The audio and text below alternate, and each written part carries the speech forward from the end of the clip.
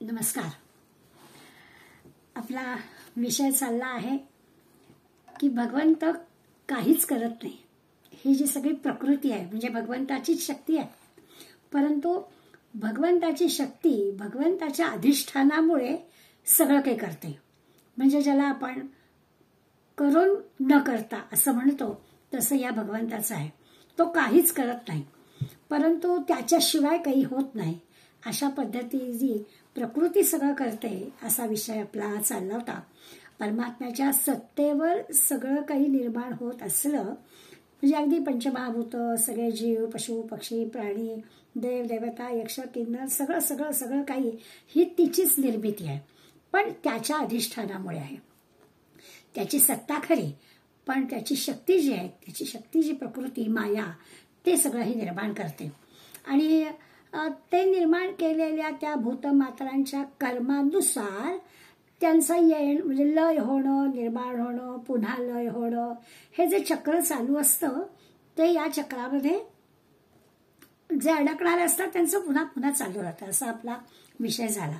म्हणजे नेमकं भगवंताचं अधिष्ठान करणा प्रकृतीमुळे घडतं. निर्माण होणारे जे भूतमात्र आहे त्यांचं जे काही कर्म आहे त्या कर्माच्या पापपुण्यावर त्यांचं येणं जाणं चालू राहतं.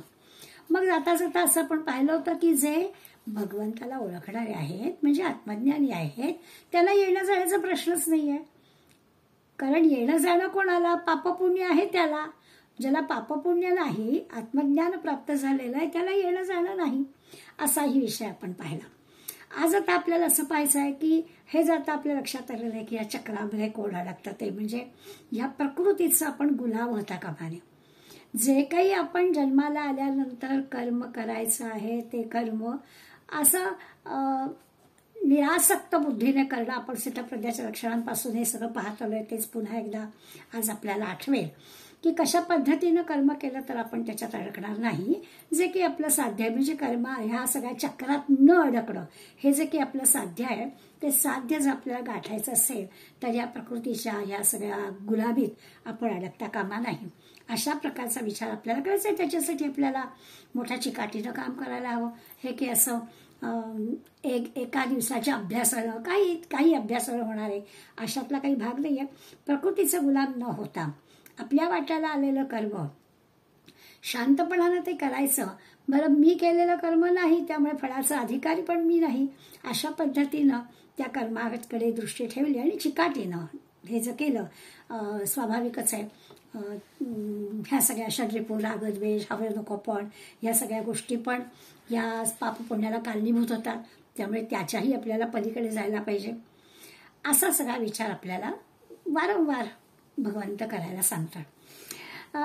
आता भगवंताच्या अधिष्ठानावर हे सगळं चालत आहे तर भगवंत स्वतःच उदाहरण देऊन आपल्याला सांगतायत की याच्या निर्मितीला मीही कारणीभूत नाही आहे. त्याच्या अधिष्ठानाने सगळं होत आहे वगैरे ठीक आहे, पण हे जे सगळं चक्र आहे याच्याशी माझा काही संबंध नाही. मी काही याला निर्मितीला कारणीभूत नाही आहे असं त्यांनी आपल्याला सांगितलं. म्हणजे भगवंत सुद्धा या सगळ्या कर्मामध्ये जसे सृष्टी चक्र चालत आहे याच्या कर्मबंधनामध्ये अडकत नाही. मग भगवंत कर्मबंध अडकत नाही असं नेमकं काय आहे तर त्याचं कारण सारखंच आहे की तो त्याला कर्माची आसक्ती नाही, तो त्या कर्माने प्रभावित होत नाही कुठल्याही गोष्टींमुळे. तो विषय आज आपल्याला या 9व्या श्लोकामध्ये भगवंत सांगणार आहे. 9वा श्लोक आहे. नचमाम तानी कर्माणी निभग्नंती धनंजय उदासीन वदासीनम असक्तं तेषु कर्मसु. धनंजयाला अर्जुनाला भगवंत सांगतोय तेषु कर्मसु त्या कर्मामध्ये असक्तंच मी असक्त नाही. उदासीनम आसीनम म्हणजे अगदी उदासीन आहे, अलिप्त आहे, कशाने मी प्रभावित होत नाही. माम तानी कर्माणी न निबध्नन्ति म्हणजे मला त्या भगवंताला परमात्म्याला ती कर्म बंधनात पाडत नाहीत. आता ती कर्म म्हणजे काय काय म्हणतात भगवंत? तेषु कर्मसु म्हणजे त्या कर्मामध्ये, तानी कर्माणी म्हणजे ती कर्म. कोणती कर्म? ती कर्म मला बंधनात टाकत नाही. अशी कोणती कर्म भगवंताला बंधनात टाकत नाहीत त्याचा विचार करूया आपण. म्हणजे भगवंताला असं म्हणायचं आहे की ही जे काही सृष्टीचा निर्माता पालन करता असं जे आपण ब्रह्मा विष्णू महेश म्हणतो म्हणजे भगवंतच, तर तो जो परमात्मा आहे त्यातला परमात्म्याचा ब्रह्मा निर्माण करतो, विष्णू सांभाळ करतो आणि रुद्र नाश करतो आणि हे चक्र सगळं चालू राहतं. तर भगवंताला असं म्हणायचं आहे की सृष्टीचा निर्माता किंवा पालन करता किंवा तिचा विनाश करता हा सगळा कर्तृत्व अभिमान माझ्याकडे नाही. म्हणजे मी करतो हे मी काही करत नाही आणि त्यामुळे मी करत नसल्यामुळे ही कर्म मला बंधनकारक होत नाहीत. आता ज्या 9व्या श्लोकामध्ये जे म्हटलं की त्या त्या कर्माची मला बंधन येत नाही, तर कसली, तरी मी करतच नाही ना, त्यामुळे मी करत नसल्यामुळे मला बंधन नाही. आता या सगळ्या कर्मांबद्दल भगवंत कसा आहे तर तो म्हणतो उदासीन आहे. आता ह्याही शब्दाचा आपल्याला अर्थ लक्षात घ्यायचा आहे. उदासीन आहे म्हणजे तो म्हणतो की हे सगळं जे घडत आहे यामुळे मी प्रभावित होत नाही. उदासीन आहे म्हणजे प्रभावित होत नाही. मी करता हा भाव नाही आणि मी करता नसल्यामुळे म्हणजे भगवंतानी सृष्टीची निर्मिती स्थिती लय केलाय असं त्याचं म्हणणंच नाही. त्यामुळे तो करता नाहीये. सगळं काय आहे ते प्रकृती जरी त्याच्या अधिष्ठानावर करत असली, ते कार्य त्याच्या नियंत्रणाखाली जरी होत असलं तरी भगवंत म्हणतो की त्या कर्माचा करता मला समजत नाही. म्हणजे नेहमी एक उदाहरण माऊली तर अगदी चपकल बसणार आहे, आपल्याला लगेच लक्षात येईल की जसा सूर्य, हा सूर्य तसं म्हटलं तर सगळ्या जगाला प्रकाशित करतो, अगदी बरोबर आहे. त्याच्या प्रकाशामध्ये या पृथ्वीवरती निरनिराळ्या गोष्टी घडत असतात. काही चांगल्या घडतात, काही वाईट घडतात, अगदी पुण्य कर्म सुद्धा घडतात, कधी कधी दुर्दैवाने काही अपघातही घडतात, काही पापकर्मही घडतात. पण त्याला त्याचं काही नाही आहे. तो येतो त्याच्या वेळेला, तो जातो त्याच्या वेळेला, पुन्हा येतो सकाळी त्याच्या वेळेला आणि तो असा सगळ्या जगाला प्रकाशित करणारा असून सुद्धा त्याच्या प्रकाशामध्ये चालणाऱ्या गोष्टींचं पाप पुण्य त्याला लागत नाही. सगळ्या कर्मांना तो प्रकाशित करतो पण त्याच्या कर्मांनी तो प्रभावित होत नाही. त्याला जे करायचं तो प्रकाश देतो, त्या प्रकाशामध्ये कोणी काय करावं ते त्याची कर्म होतील. त्याची ती कर्म पण नाही आणि त्यामुळे त्याचा कर्तृत्व भावही नाही. मी केलंच नाही म्हटल्यावर तो कर्तृत्व भावही नाही. त्यामुळे स्वाभाविकच पापपुण्याचा अधिकारी नाही. अगदी त्या सूर्यासारखाच हा परमात्मा आहे की परमात्म्याच्या नियंत्रणाखाली जरी हे सगळं सृष्टीचक्र चालू असलं तरी सुद्धा त्या सृष्टीमध्ये घडत असणाऱ्या सगळ्या गोष्टींचा प्रभाव त्या भगवंतावर नाही. साधारणपणानं 3 प्रकारे कर्मबंधनात आपण अडकतो. भगवंत असू दे तर आपण असू दे. भगवंत सुद्धा ह्या तिन्ही गोष्टी मी करत नाही त्यामुळे मी बंधनात अडकत नाही असं सांगतोय. आपण त्या सगळ्या आपल्याला पण लावून बघायचं, कारण आपल्यालाही बंधनात अडकायचं नाहीये, कारण आपल्याला चक्रात अडकायचं नाहीये. येणे जाणे नको आहे आता आपल्याला. त्याच्यासाठी आपलं जे काही अडकणं आहे ते कसं सुटका त्याच्यातली करायची. तर 3 प्रकारे बंधनात आपण अडकतो. एक म्हणजे मी केलं, मी करता असा एक भाव असतो, म्हणजे कर्तृत्व भाव असतो. तर तो भगवंत म्हणतो की मी करता नाहीच आहे. आपल्याला पण प्रयत्न करायचा आहे की मी केलं असं कुठल्याही गोष्टीत म्हणायचं नाही. प्रयत्न करायचा आहे, अवघडच आहे ते, कारण आपल्याला चांगल्या सगळ्या गोष्टी मी केल्या असं म्हणण्याची सवयच आहे. एखादी गोष्ट आपण केली आणि ती नीट झाली नाही तर ती नीट का झाली नाही याला अन्य सगळी माणसं कशी कारणीभूत आहेत हेही सांगण्याचा आपला प्रयत्न असतोच. एवंच काय तर हा पहिला मुद्दा, कर्मबंधनात न अडकण्याचा जो पहिला मुद्दा आहे तो मोठा अवघड आहे. पण तरी आपल्याला आज भगवंत सांगतोय की मी असं करतो की मी या कर्मबंधनात अडकत नाही, कारण मी कशाला मी करताय असं म्हणतच नाही. त्यामुळे कर्तृत्व भाव त्याच्याजवळ नाही. आपल्यालाही तसा प्रयत्न करायचा आहे. दुसरं, कर्म करत नसल्यामुळे त्या कर्माच्या फळाची पण मला अपेक्षा नाही. कोण काय कर्म करताय आणि त्या कर्माचं फळ काय मिळत आहे त्या सूर्यप्रकाशामध्ये ह्या पृथ्वीवरती कोण चांगलं काम करताय त्याला शाबासकी पण सूर्य देत नाहीये आणि वाईट काम केलं तर सूर्य त्याला शिक्षाही देत नाहीये. तसंच परमात्म्याचं आहे. निर्माण केलेल्या सृष्टीमध्ये कोण काय कसं करताय तो त्याच्या कर्माप्रमाणे करतोय. मी काही त्याचा त्या कर्म करणाऱ्याच्या फळाचा अधिकारी स्वाभाविकच नाहीये. म्हणजे आता मी करणारा नाही त्यामुळे अहंकार नाही, त्यामुळे मीच करणारा किंवा माझ्याशिवाय कोणाला जमणारच नाही अशा प्रकारचा अहंकार याचा प्रश्न नाहीये. मी केलेलं नसल्यामुळे त्या कर्माचं काय नेमकं फळ मिळणार आहे याच्याशी पण माझा काही म्हणजे कर्मफळाची पण मला काही अपेक्षा ठेवण्याचं कारण नाहीये. दुसरं म्हणजे जे काही वाट्याला आलेलं अधिकाराप्रमाणे कर्म असेल ते कर्म करायचं. जे आपल्यावर आलेलं जे कर्म आहे विहित कर्म ज्याला म्हणतो ते करायचं आहे. त्याच्यामध्ये मोठेपणा घेण्याचा काही प्रश्न नाही किंवा काही करायचं किंवा करायचं नाही या चॉईसचा पण प्रश्न नाही. अशा तिन्ही गोष्टी भगवंत म्हणतो मी करत असल्यामुळे मी कर्मबंधात अडकत नाही. म्हणजे भगवंत खरंच पूर्ण काम आहे, त्याला कसली इच्छा असायचा प्रश्नच नाही आहे, त्याला काही प्राप्त करूनच घ्यायचं नाही आहे, त्यामुळे त्याला काही करण्याची पण आवश्यकता नाही आहे, कर्मफलाचा तर प्रश्नच नाही आहे, त्यामुळे आसक्ती नाही, अपेक्षा नाही, काहीच नाही. तिसरी गोष्ट म्हणते अधिकाराची किंवा क्षमतेची, तर तो सर्व करता आहे, तर त्याच्या क्षमतेचा आणि अधिकाराचा पण प्रश्न नाही. त्याच्या कुठल्याच गोष्टी म्हणजे त्याच्या वाट्याला येईल ते काय तो म्हणेल ते करू शकतोय. अशा प्रकारच्या तीनही अंगांचा जरी विचार केला तरी भगवंत सगळ्याच्या अतीत आहे, तो काही कर्मबंधनात अडकत नाही. आता आपलं काय त्याचं तर आपल्याला कळलं. या तीन गोष्टी आपण आपल्याला लावून बघितल्या तर आपल्याला असं वाटतं की आपण कुठे कुठे अडकतो किंवा किती अडकण्यासाठी आपल्याला प्रयत्न करायला पाहिजेत. अशा दोन्ही दृष्टीने आपल्याला विचार करायला पाहिजे. आता आपण आपलाच विचार करूया की आपण सगळेजण अभ्यास करतोय गीतेचा, तर त्या गीतेचा अभ्यास करताना समजून घ्यायचा प्रयत्न करतोय आपापल्या परीनं. मी काही 4 पुस्तकं वाचते आहे, आपल्याला सांगण्याचा प्रयत्न करते आहे, पण मी करते असं म्हटलं की त्यातलं गेलं. मी काय करणार आहे, मी बोलते आहे तर ही वाणी सुद्धा काही मी बनवलेली नाहीये, जे बोलते आहे तेही काही माझं नाहीये. वरदानंद भारती काय म्हणतात, चिन्मयानंद काय म्हणतात, शंकर अभ्यंकर काय म्हणतात, आपले वसंतराव भराठे काय म्हणतात, अशा अनंत मंडळींनी काय काय काय काय लिहिलंय तेच मी आपल्यापर्यंत आणते. त्यामुळे माझं पण काही नाहीये, म्हणजे वाचा पण माझी नाही, ज्ञानही माझं नाही. हां, एक भगवंताची कृपा आहे, कारण आपण म्हणतो की त्याच्या सत्तेशिवाय काही चालत नाही. दुसरं, त्याची सत्ता नसेल तर तोंडून शब्द सुद्धा फुटणार नाही. मग आपण ऐकता आहात, श्रोते नसतील तरीही त्याचा काही उपयोगच होणार नाही, बोलले कोणाबरोबर समोर असते. त्यामुळे सगळा विचार केला तर तो मी कर्त्याचा अहंकार, अभिमान म्हणजे जो कर्तृत्व भाव आहे तो बाळगणं चुकीचंच आहे. कारण आपलं काही नाहीच आहे, वाणी आपली नाही, ज्ञान आपलं नाही, श्रोते आपले नाहीत, त्यामुळे काही आपलं नाहीच आहे. बोलवत आधली वेगळाची असं तुकाराम महाराजांनी म्हटलंच आहे. हे लक्षात घ्यायला आपल्याला हरकत नाही. एक एक पायरी कशी आपण पुढे यायची. माझं प्रवचन आहे असं न म्हणता की भगवंत काय सांगतो आहे ते आम्ही ना एक हे करण्याचा, समजून घ्यायचा प्रयत्न करतोय असं म्हणावं.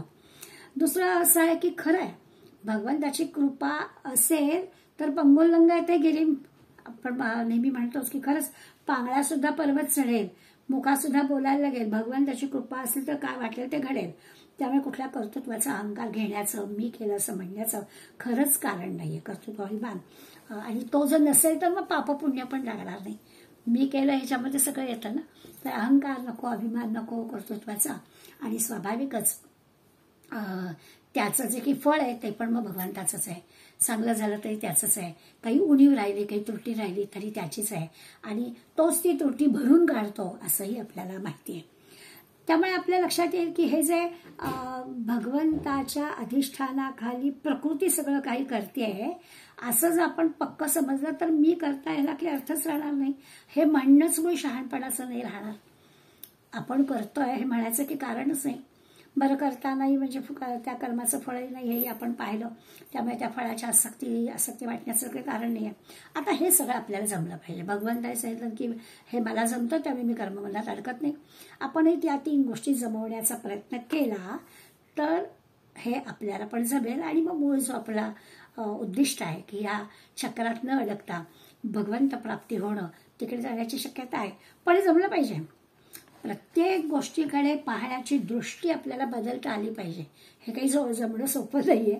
दिसायला आपल्याला आपले 3 मुद्दे दिसले, ते 3ही मुद्दे आपल्याला पटले असं वाटलं, पण प्रत्यक्ष त्याची जी काही करणं आहे, प्रत्यक्ष आचरणात आणणं आहे, ते फार मोठं अवघड असं दिसेल.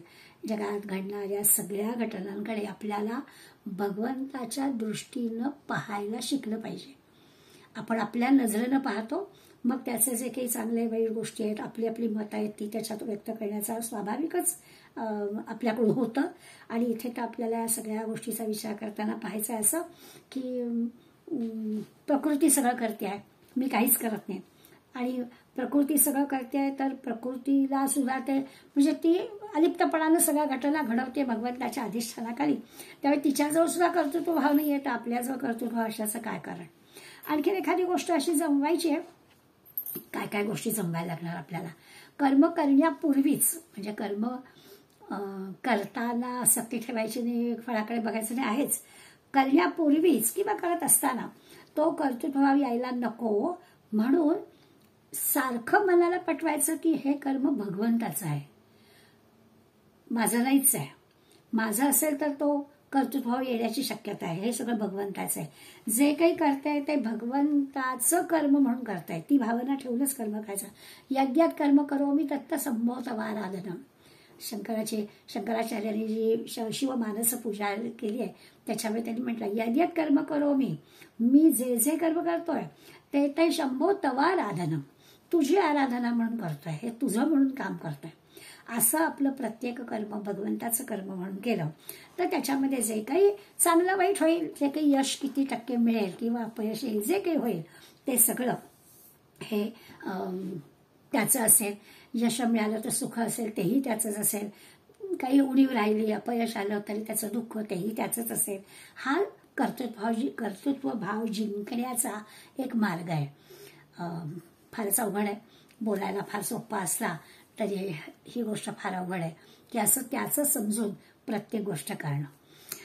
मग ह्या परमात्म्याला जसं आता आपण पाहिलं की त्यांनी आपल्याला 3 कारणं दिली कर्मबंधनात न पडण्यासाठीची, पुन्हा पुन्हा ती आठवायची. 3ही कारणं. परमात्मा म्हणतो की मी करता नाही, म्हणजे कर्तृत्वभाव नाही, कर्मफळाची अपेक्षाही नाही, कारण मी करताच नाही, त्यामुळे फळाची अपेक्षा नाही.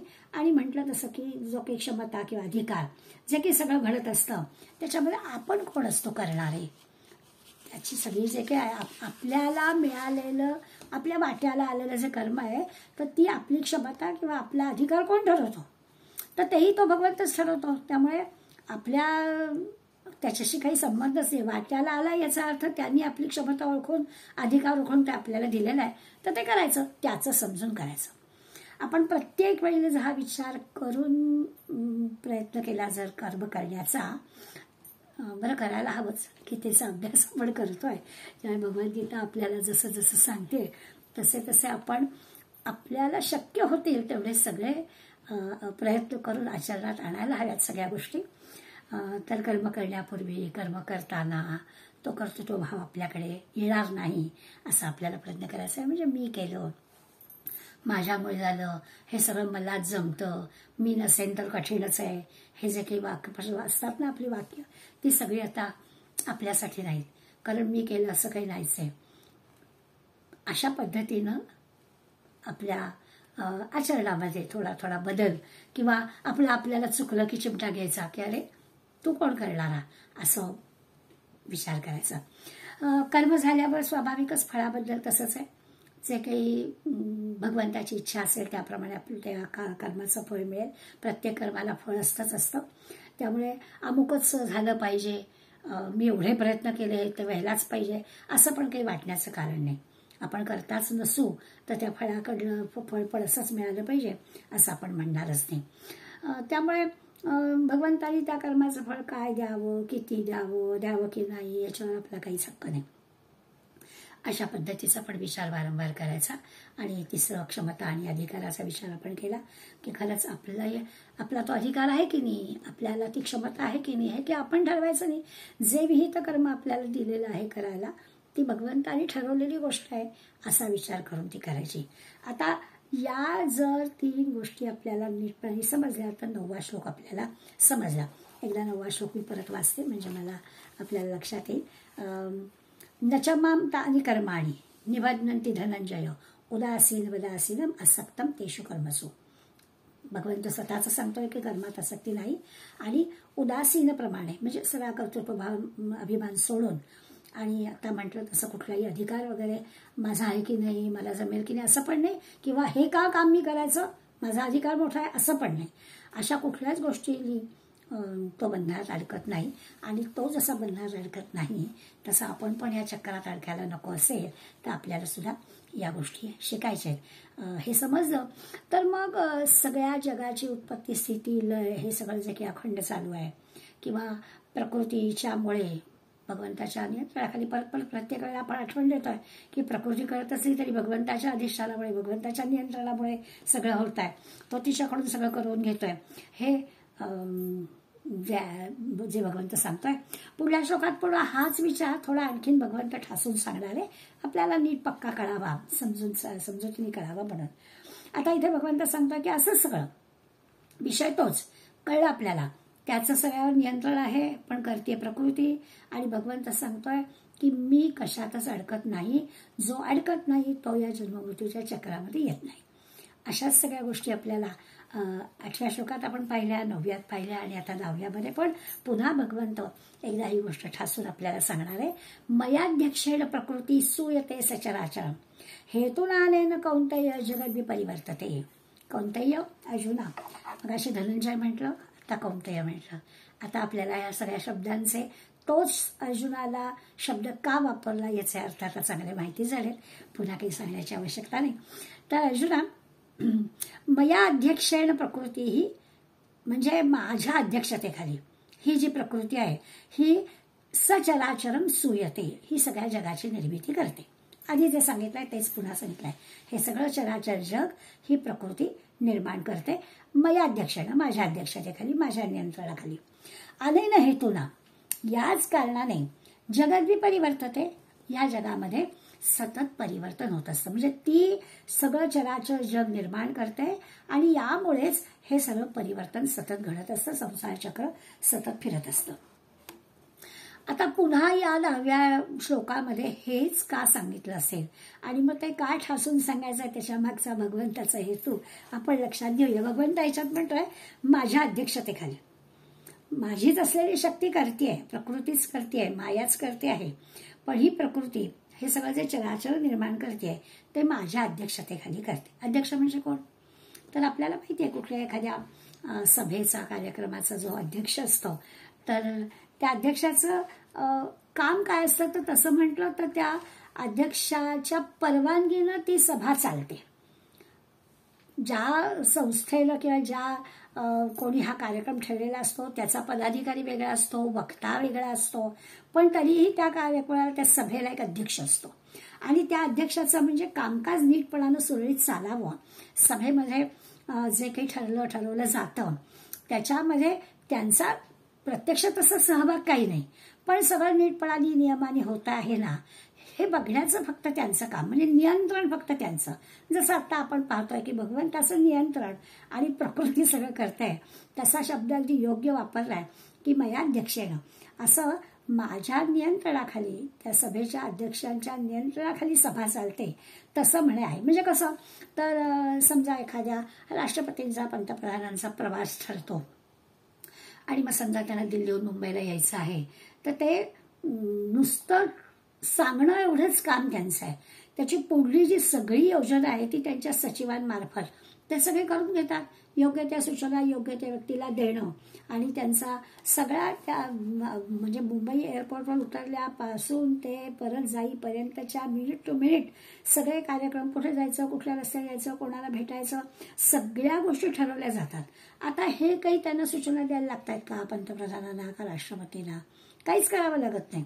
त्यांचा कार्यक्रम ठरवण्याची सगळी जी काही योजना असते ती त्या सचिवांनी केलेली असते, त्यांच्या अधिकाऱ्यांच्या मार्फत.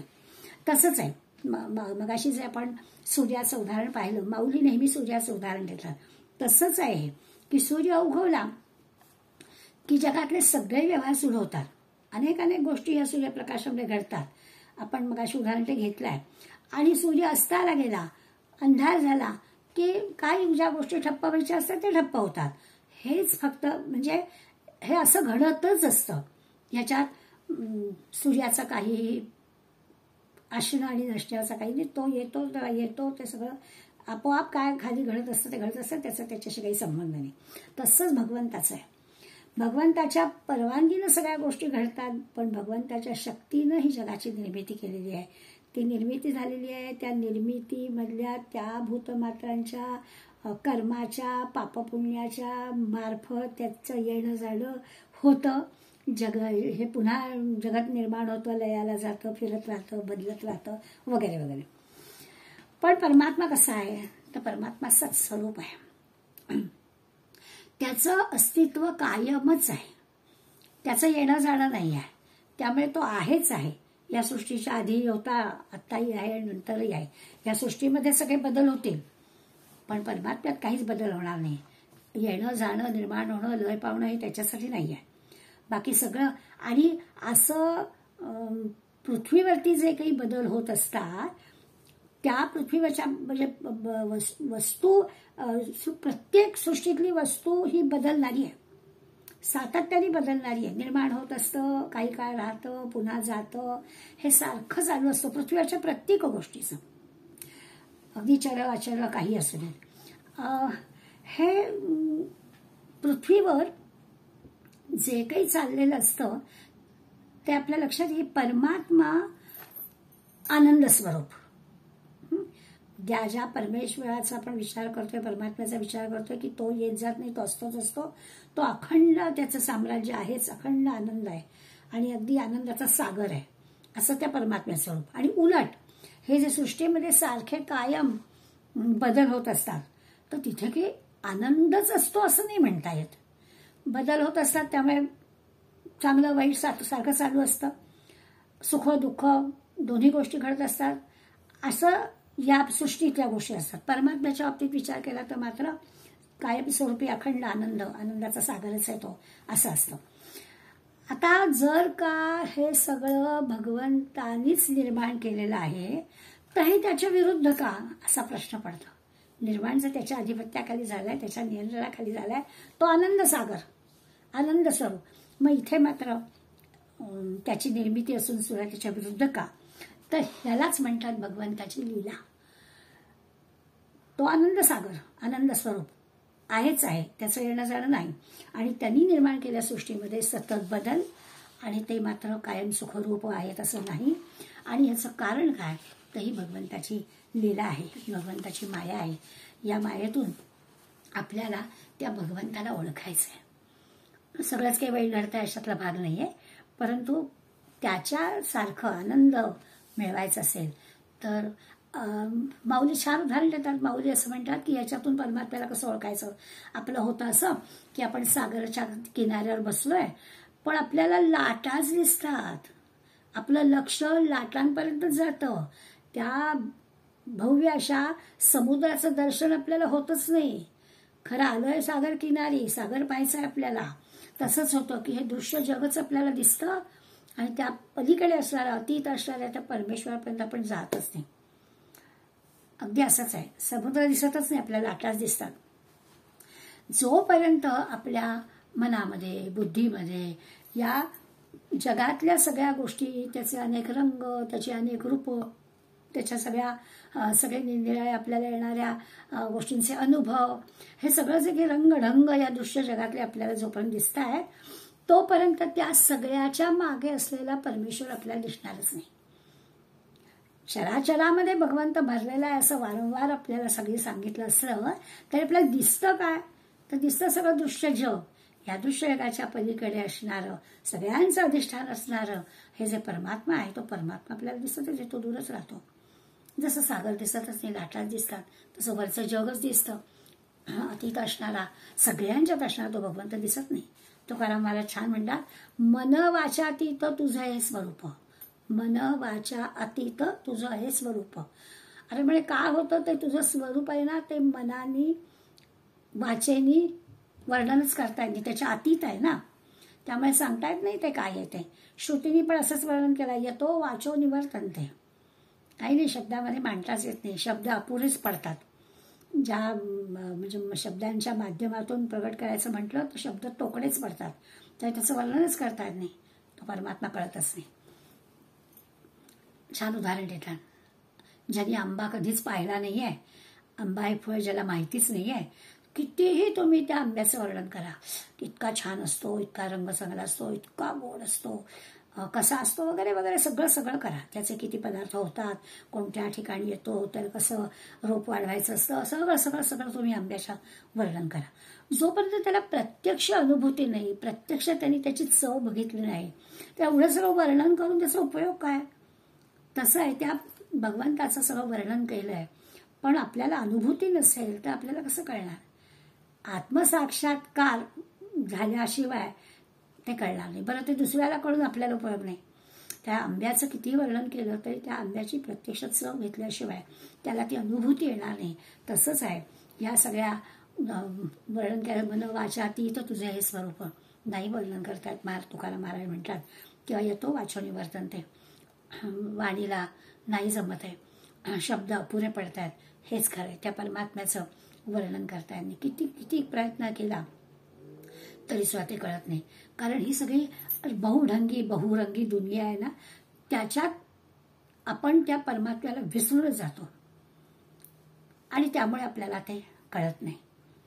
आता बघा 9व्या श्लोकामध्ये आणि 10व्या श्लोकामध्ये आपण त्या भगवंतानी म्हणजे भगवंताच्या अधिपत्याखाली, त्याच्या अध्यक्षतेखाली निर्माण झालेल्या सगळ्या विश्वाचा विचार केला, त्याच्यामध्ये होणाऱ्या बदलाचा विचार केला.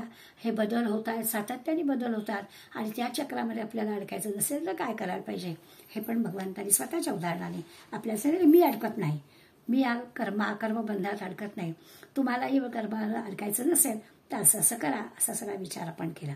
आता या पार्श्वभूमीवर या सगळ्या दृश्य जगामध्ये आपण परमात्म्याला कसे विसरतो याचं पुढल्या श्लोकात भगवंत वर्णन करणार आहे.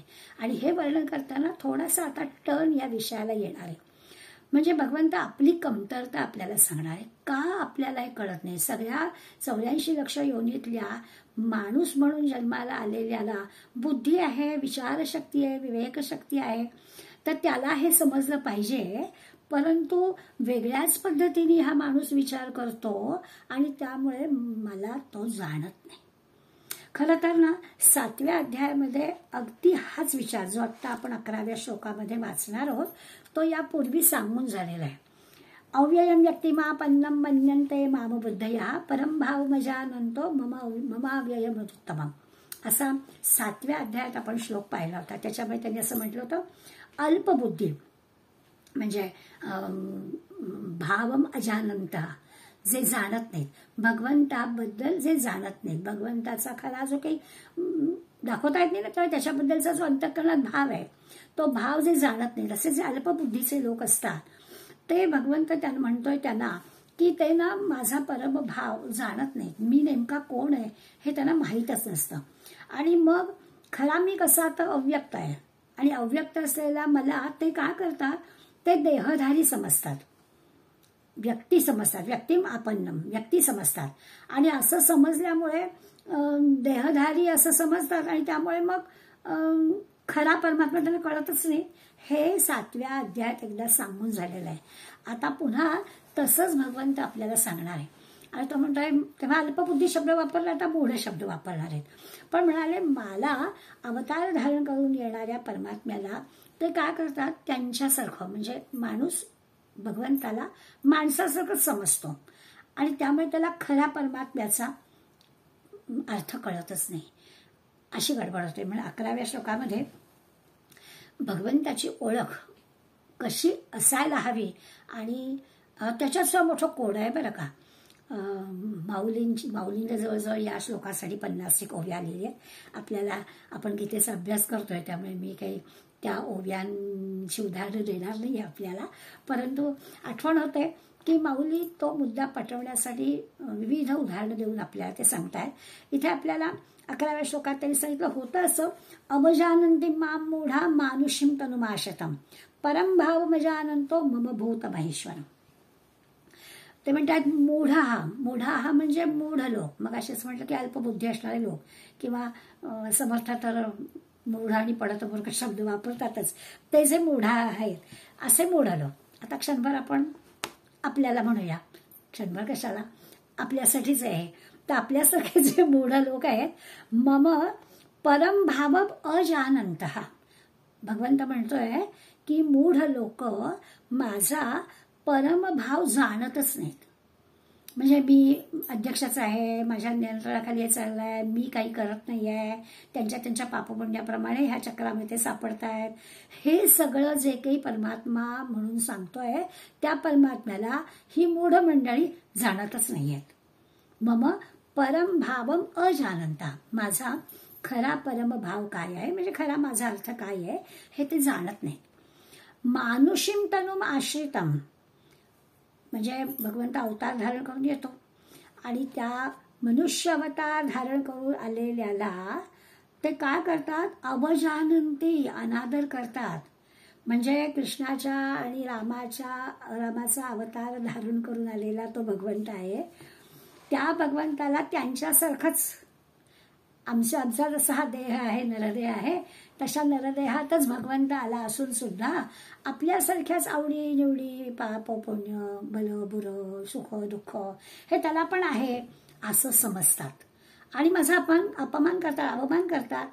खरा मी कसा आहे हे त्यांना कळतच नाही. आता याच्यामध्ये सगळंच झालं. याच्यामध्ये देह धारण करून भगवंत येतो, अवतार धारण करून येतो, याचा पण आपल्याला विचार करायचा आहे. तो अवतार धारण करून येतो, तो कशासाठी अवतार धारण करून येतो याचाही आपल्याला विचार करायचा आहे. तेवढंच कार्य झाल्यावर तो त्याचा परत जातो, तो काही तुमच्या आमच्या सगळ्या चक्रात अडकत नाही याचाही आपल्याला विचार करायचा आहे. आणि याला ओळखायचं कसं याचाही आपल्याला विचार या श्लोकात करायचा आहे. आणि त्याला पुढे म्हटलं की भूत महेश्वरम परमभाव मजानंतो मम भूत महेश्वरम, म्हणजे मनुष्य रूपानं अवतार धारण करून आलेल्या मला माझा ते अवमान करतात, अनादर करतात, पण खरा मी भूत महेश्वरम आहे. या सगळ्या भूतमात्रांचा महेश्वर महाईश्वर मी आहे. पण मला हे ओळखतच नाही, मला उलट कमी लेखतात. मी नरदेह धारण करून आल्यामुळे माझा अनादर करतात, त्यांच्यासारखंच मला समजतात. ते जसं थंडी लागते आणि उन्हाळ्यामध्ये उकडतं तसं ते समजतात की याला पण तसंच होत असतं वगैरे वगैरे. आता आपण सविस्तर त्याचा अर्थ पाहू तेव्हा आपल्याला कळेलच. म्हणजे त्याचं आहे काय तर मूढा मूर्ख लोक हे अशा पद्धतीनं भगवंताला खरं जाणत नाहीत. तो भूत महेश्वर असून सुद्धा भूतमात्रांचा ईश्वर असून सुद्धा त्याला जाणत नाही आणि त्याचा अनादर करतात.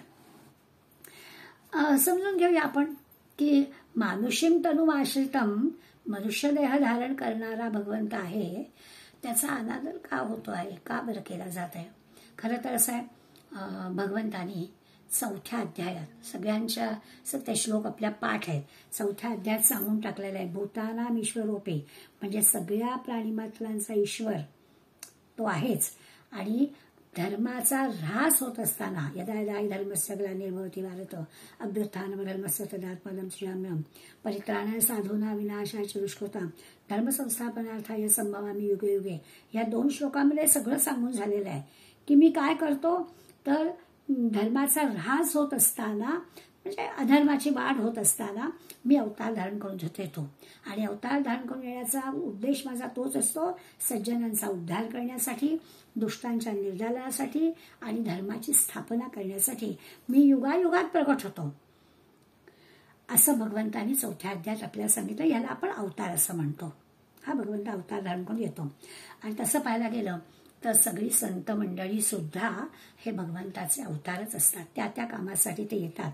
भगवंत त्यांच्या माध्यमातून हे सगळं कार्य करत असतो.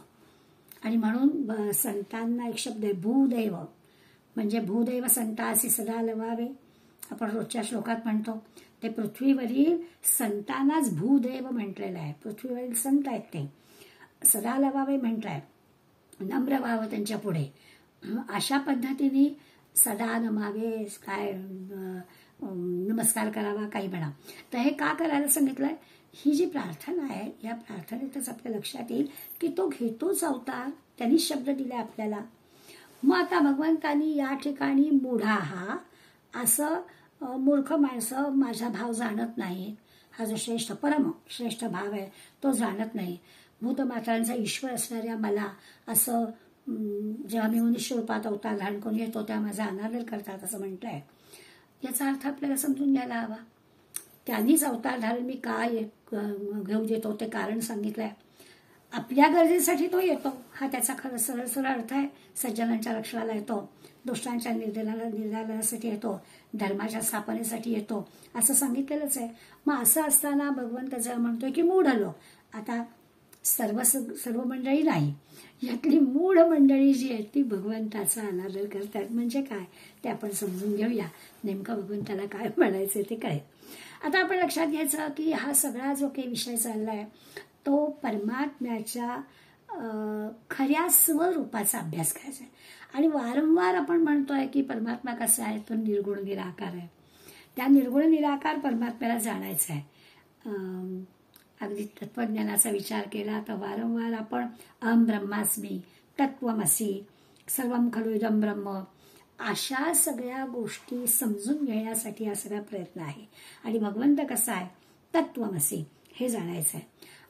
पण हे जाण्यासाठी आपल्याला संतांनी अशी मुभा दिली आहे की सगुणाचे नि आधारे निर्गुण पाविजे निर्धारे, सारा सारा विचारे संत संगे.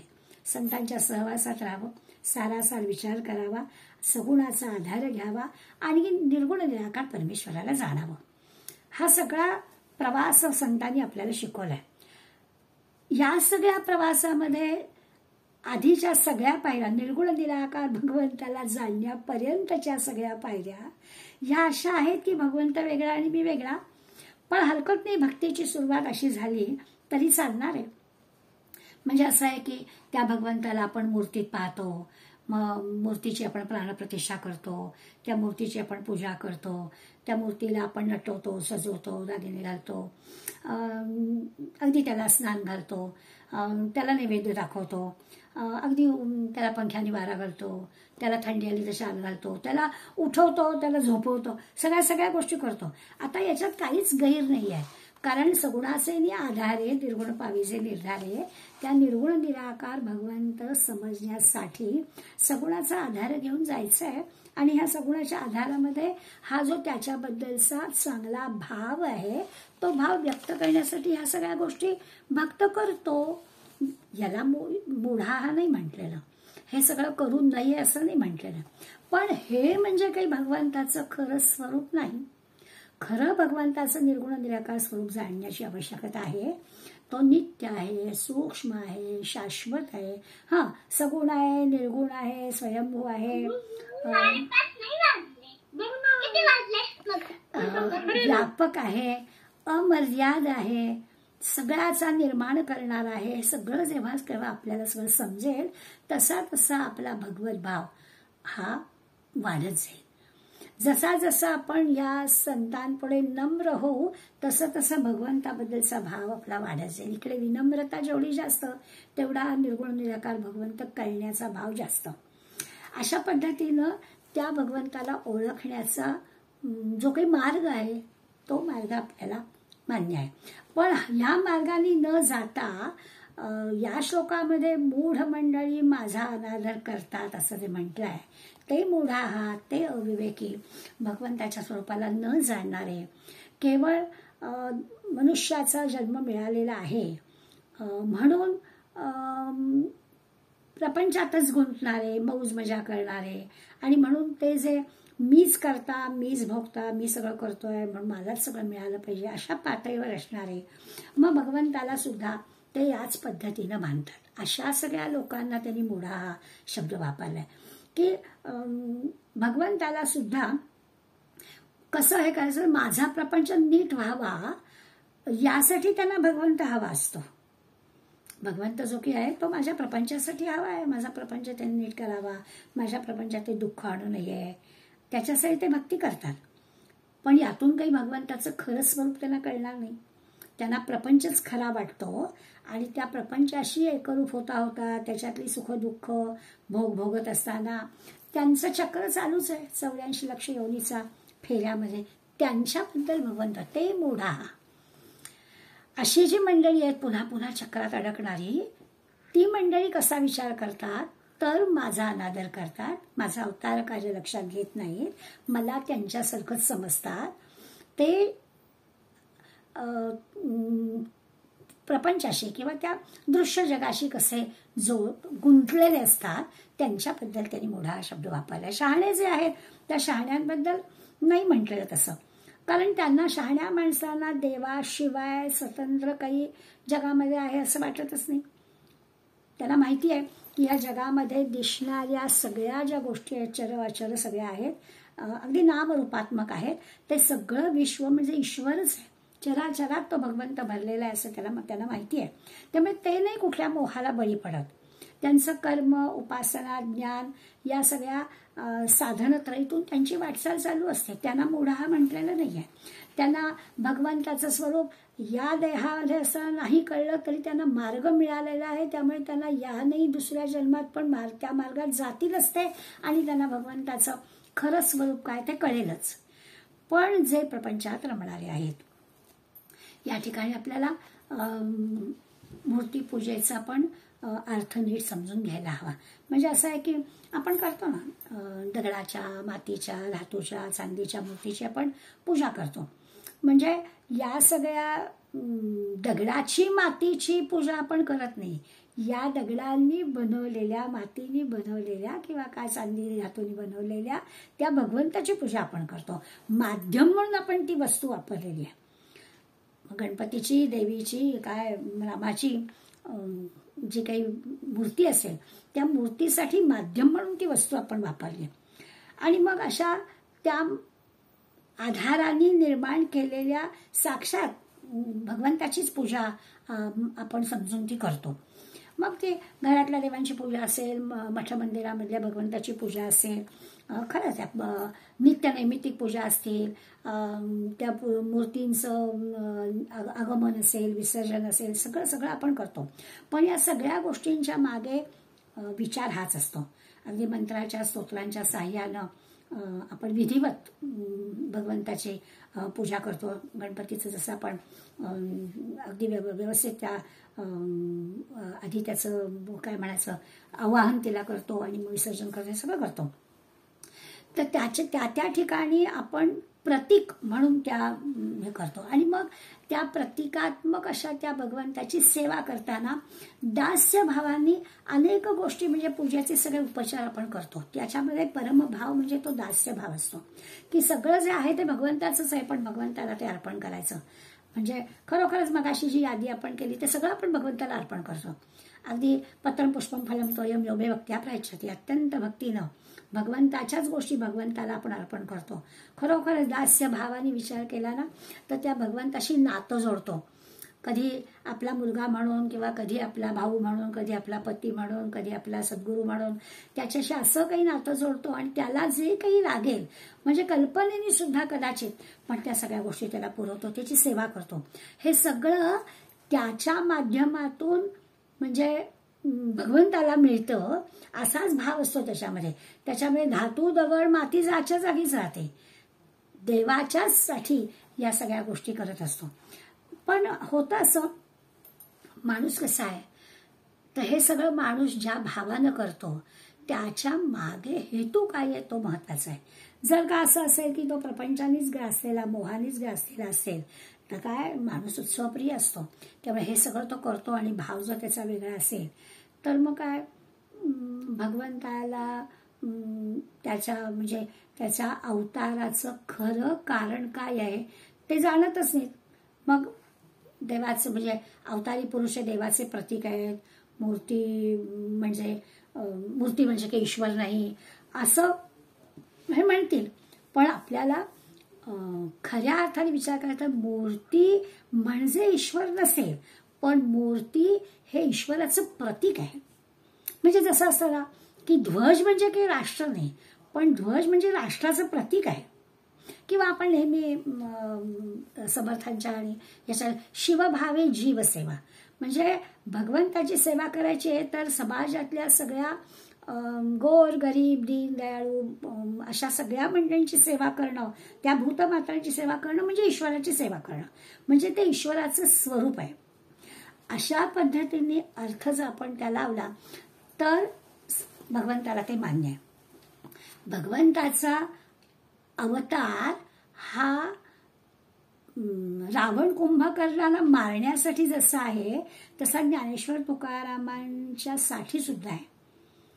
सज्जनांच्या म्हणजे रक्षणासाठी आहे आणि दुष्टांच्या निर्दालनासाठी सुद्धा आहे.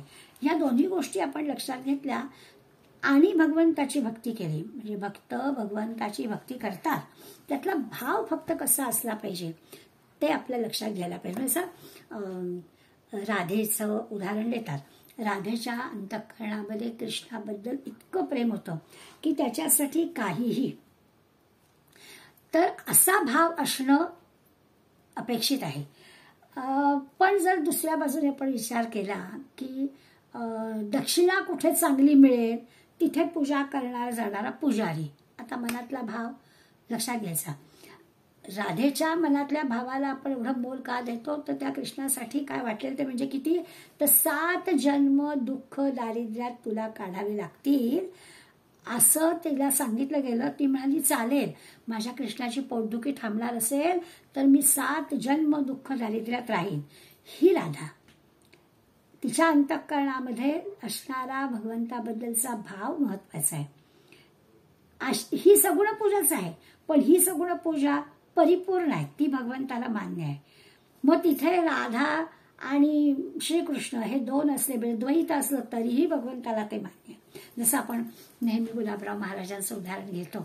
गुलाबराव महाराज ज्ञानेश्वरांना, आपण सगळेजण माऊली म्हणतो, गुलाबराव महाराज ज्ञानेश्वरांना तात म्हणजे वडिलांचं नातं लावलं होतं आणि स्वतःला ते त्यांची मुलगी म्हणायचे. गुलाबराव महाराज स्वतःला तातांची म्हणजे ज्ञानेश्वरांची मुलगी म्हणायचे आणि इतकं त्यांचं ज्ञानेश्वरांशी परमभाव जुळलेला होता. कदाचित यापूर्वी मी सांगितलंही असेल आपल्याला. तर एकदा ज्ञानेश्वरांच्या समाधीच्या पूजेला गुलाबराव महाराज गेलेले होते आणि लक्ष्मणराव पांगारकर पण त्यांच्याबरोबर होते. आणि जेव्हा आता गुलाबराव महाराजांना दिसत नव्हतं, अंध होते ते, त्यामुळे ते त्या समाधीच्या ठिकाणी खरं म्हणजे कोपऱ्यातच बसले होते. पण अंतःकरणातला भाव तातांशी एवढा जुळलेला होता की दगडाची असलेली ती समाधी, लक्ष्मणराव पांगारकर हाताने त्या समाधीची पूजा करता आहेत आणि गुलाबराव महाराज त्यांना असं म्हणतायत, लक्ष्मणराव तुमच्या बोटातली अंगठी काढा, तातांच्या अंगावर घासते. हा परमभाव आहे. भगवंताबद्दलचा हा भाव भगवंताला मान्य आहे. पण त्याच्याऐवजी भगवंत हा मी त्याला अमकं दिलं तर त्यांनी मला अमकं दिलं पाहिजे असा जर भावाने असेल तर त्याला मूढा हा, अशा मंडळीला मूढा हा असं त्यांनी म्हटलेलं आहे. ह्या दोन्ही गोष्टी भगवंताच्या सांगण्यामधून आपल्याला लक्षात घ्यायचं आहे. नाहीतर मूर्तीपूजा किंवा सगुण पूजा भगवंताला मान्य नाही आहे असा या श्लोकाचा आपण जर विचार केला तर तो काही बरोबर होणार नाही. मुद्दा काय, तर मनातला भाव महत्वाचा. सगळा परमार्थ जो आहे ना तो आपल्या अंतःकरणात भगवंताबद्दलचं प्रेम काय आहे त्यावर अवलंबून आहे. परमेश्वर त्या नामरूपाच्या अतीत आहे, पण आपण त्याला नाव देतो. परमात्मा हा सगळ्याच्या पलीकडला आहे, त्याला काही नाव द्यायचं खरं कारण नाही, पण आपण त्याला नाव देतो. परमेश्वर खरं आता त्यांनी सांगितलं की मी काही करतच नाही, त्यामुळे क्रियारहित आहे, पण आपण म्हणतो देव करतो, देवाने असं केलं, देवाने तसं केलं, देवाने हे केलं नाही, देवाने असं केलं नाही. खरं तो काहीच करत नाही. परमेश्वर विदेही आहे तरीही त्याला देहधर्म आहेत असे आपण मानतो. त्याला बाल्य तारुण्य असं पण आपण मानतो.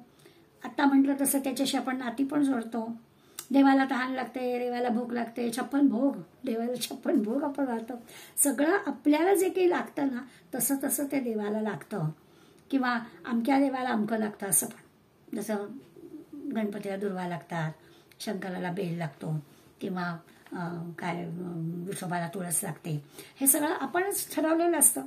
नैवेद्याचं सुद्धा कुणाला शिरा लागतो, कुणाला वडे गाडगे लागतात, कोणाला आणखीन काय 16 प्रकारच्या भाज्या लागतात. सगळं माणसाने ठरवलेलं आहे.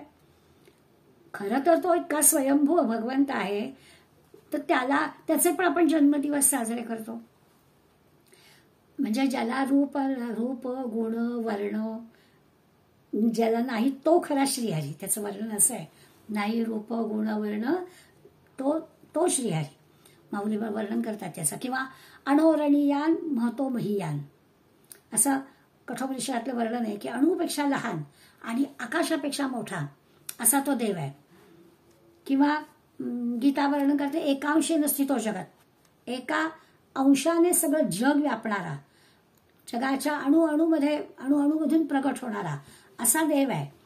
म्हणजे त्या देवाचं अमर्याद सगळ्या गोष्टी, सगळी चराचरात तो आहेच, पण ते न कळल्यामुळे त्याला आपल्याला फोटोमध्ये, मूर्तीमध्ये, असं देवालयामध्ये, कोनाड्यामध्ये किंवा निराळ काही स्वतंत्र एखादी देवखोली ज्या घराला असेल त्या खोलीमध्ये आहे असं आपण समजतो.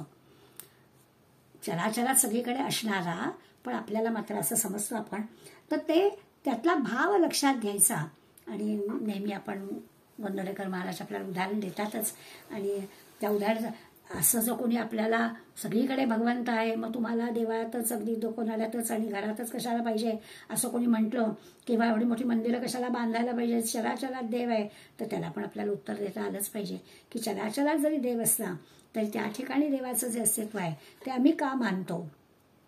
अति सूक्ष्मांश सूक्ष्म, निरंतर, स्वयंभू असं सगळं जरी तो आहे, किंवा तो पूर्वी होता, आज आहे, नंतर पण असणार आहे, असं कालातीत त्याचं जरी हे असलं, सगळीकडे तो जरी ओतप्रोत आहे, विश्वात जरी तो एकरूप आहे, सगळ्याच्या अंतर्यामी तो आहे, असं सगळंच आहे, कोणाचा तो शत्रू नाही आहे, कोणाचा तो कैवारी नाही आहे, असं त्याचं सगळं वर्णन जरी असलं तरी सुद्धा ते ईश तत्व आहे ना, त्या ईश तत्वाला आपण ओळखलं पाहिजे. आणि त्या ईशतत्वाला ओळखायचं असेल तर ते ईशतत्व कसं आहे, तर सुखरूप आहे, आनंदमय, आनंदाचा सागर आपण म्हटलं तसं ते आहे. आपल्या बाबतीत असतं, आपण सुखी किंवा दुःखी असतो, बरं झालं आपल्या मनासारखं तर आपण सुखी असतो, नसलं तर दुःखी असतो. आणि त्याचं कारण खरं म्हणजे एकच आहे की आपल्या वासना असतात, आपल्या इच्छा असतात, असं व्हायला हवं असं आपल्याला वाटत असतं. त्याच्याजवळ काहीच नाही आहे, त्यामुळे तो कायमच आनंदी आहे, आनंदाचा सागर आहे. आपण आपल्या वासनांमुळे सुखी किंवा दुःखी, आपण अपूर्ण आहोत, आणि त्यामुळे आपल्याला आता असं असल्यामुळे त्या ईशतत्वाला वासना नाही आहेत, तो असा नित्य तृप्त आहे, सगळीकडे सर्व काळी सातत्यानं समाधान असणारं असं त्या ईश्वराचं रूप आहे.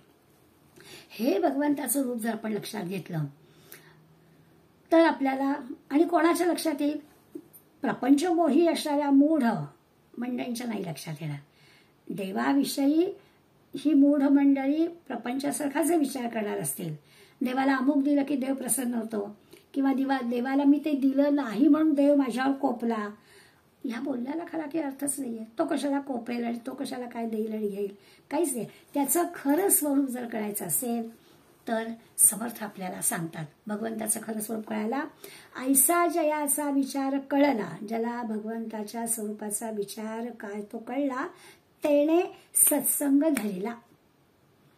सत्संग धरला कीच आपल्याला खरं काय ते कळतं, किंवा ज्याला कळलेला असतो तो सत्संगातच राहतो. सत्संगे देव सापडला बहुत जनांचे. बरं, समर्थ प्रचिती सांगतात ना, सगळ्याला बहुत जनांना सत्संगामध्ये भगवंत कळलेला आहे असं समर्थाने सांगितलं. अगदी तोच विचार इथे आपल्याला लक्षात घ्यायचा आहे की भगवंत जरी असं म्हणत असला की मला माझा अवमान करतात, मूढ मंडळी माझं खरं रूपच लक्षात घेत नाहीत आणि अवमान करतात, तर त्याच्या मागचं रहस्य आपण लक्षात घेतलं पाहिजे की मूढ म्हणजे कोण. तर अशा पद्धतीने देवाशी प्रापंचिक गोष्टीचा विचार करणार आहे. गोंदवलेकर महाराज म्हणतात ना की मी नाम द्यायला असं बसलोय दुकान टाकून, पण माझ्याकडे हिंगजिऱ्याची लोक येतात, मुलीचं लग्न केव्हा होईल, मुलाला नोकरी केव्हा मिळेल, आमच्या घराचं काम केव्हा होईल असं विचारायला येतात. हो, तर अशा प्रापंचिक गोष्टींमध्ये असणाऱ्याला भगवंत खरा कळलेलाच नाही. भगवंताचं खरं स्वरूप काय आहे तो सत्संगात जर गेलं तर आपल्याला सापडेल असं म्हणतात. थोडा आपण अंतर्मुख होऊन विचार केला तर आपल्याला ही गोष्ट कळेल. अंतरंगामध्ये सूक्ष्मतेचं ज्ञान होतं. जो आपण सुरुवात करताना पाहिलं ना की मीपणा जो आहे, अहंकार जो आहे की मी केलं असं जे आहे ते सगळं जातं. तो मीपणा गेला की मग जे ब्रह्मरूप आहे ते जाणवतं. सगळं दृश्य शब्द खरा देव कोणता आहे तो कळतो. एक मुकुंद पल्लीवार म्हणून संघाचे कार्यकर्ते होते, माधव सदाशिव गोळवलकर, हे जे राष्ट्रीय स्वयंसेवक संघाचे द्वितीय सरसंघचालक, ऋषितुल्य व्यक्तिमत्व होतं, अंतर्बाह्य ऋषितुल्य व्यक्तिमत्व होतं. करत होते हे अशा प्रकारचं समाजाचं, संस्थेचं, संघटनेचं काम. परंतु खरोखरच देव जर बघायचा असेल तर ह्या मुकुंद पल्लीवारांनी असं म्हटलं की मला जो कोणी विचारलं की देव कसा असतो तर मी सांगेन माधवा तुझ्यासारखा. कसे होते गुरुजी, त्यांना गुरुजी म्हटलं जायचं. खरोखरच गुरुजी अगदी शंकराचार्यांसारखे ज्ञानी होते, तुकारामांसारखा अंतःकरणात भगवंताबद्दलचा भाव होता, गरिबांचे अगदी कनवाळू होते, आणि ह्याच्याबरोबर निंदा स्तुती, भलं बुरं, हा माझा परका, स्थितप्रज्ञ असं होतं. त्याबरोबर बोलणं, चालणं, कृती, त्यांचं हास्य, ह्या सगळ्याच गोष्टींमधून एकदम भगवंताचं दर्शन होत असे. खरोखरच देव पाहिलाय का तर हो, देव पाहिलाय माधवा तुझ्यासारखा. तुझ्या भाषणे शब्दही धन्य होती, विधीने थकावे असे चालणे. नुसतं तुझं बोलणं, तुझं चालणं सदा धीर गंभीर मेरू मनाचा, दिशांनी हसावे असे हसणे. बोलणं चालणं हसणं दिसणं सगळंच कसं भगवंतासारखं. कधी शंकराचार्य ज्ञानात भासे, कधी भाव भोळ्या तुक्याचा परी. जरी थोर हा सर्व थोरात शोभे, तरी दुःख दीना प्रतिअंतरी. निंदा स्तुती सौख्य व्यथा जयाला, गमे सारखी स्थितप्रज्ञता. जया पाहता षड्रिपू भस्म व्हावे, असा त्याग चारित्र्य तेजस्विता. तुझ्या अंतरीचा मला ठाव कैसा, तुझ्या अंतरीचा मला ठाव कैसा, असे खोल ते सागराचे परी. अरे जाणीले माधवा मी कधीचे, असावा कसा तो प्रभू श्रीहरी. फार सुंदर वर्णन केलंय. आपल्याला सुद्धा खरोखर भगवंत कसा, तर ह्या सगळ्या वर्णनांनी जी व्यक्ती असते वागू शकते तोच म्हणजे भगवंत आहे. वेगळा भगवंत काय. आणि माशांना काही भगवंत कामासाठी काही कार्यासाठी भूदेव म्हणून इथे पाठवतो. सत्संगात गेलं तर यांची ओळख होते. अशा पद्धतीचा विचार या श्लोकामधून भगवंताला आपल्याला द्यायचा आहे, तो आपण लक्षात घेऊया. आता हे सगळं मूढा हा म्हणजे भगवंताला मूढा हा जाणत नाही. कसं असतं की एखादी गोष्ट सांगताना त्याच्या आतमध्ये भगवंताला नेमकं काय सांगायचं. मग शहाणी माणसं कोणाला जाणतात, तर शहाणी माणसं भगवंताला कसं जाणतात तो विचार पण आपल्याला या निमित्तानं भगवंत करायला सांगतोय. तो आज आपण केला. पुढला भाग पुढल्या वेळेला बघूया. धन्यवाद.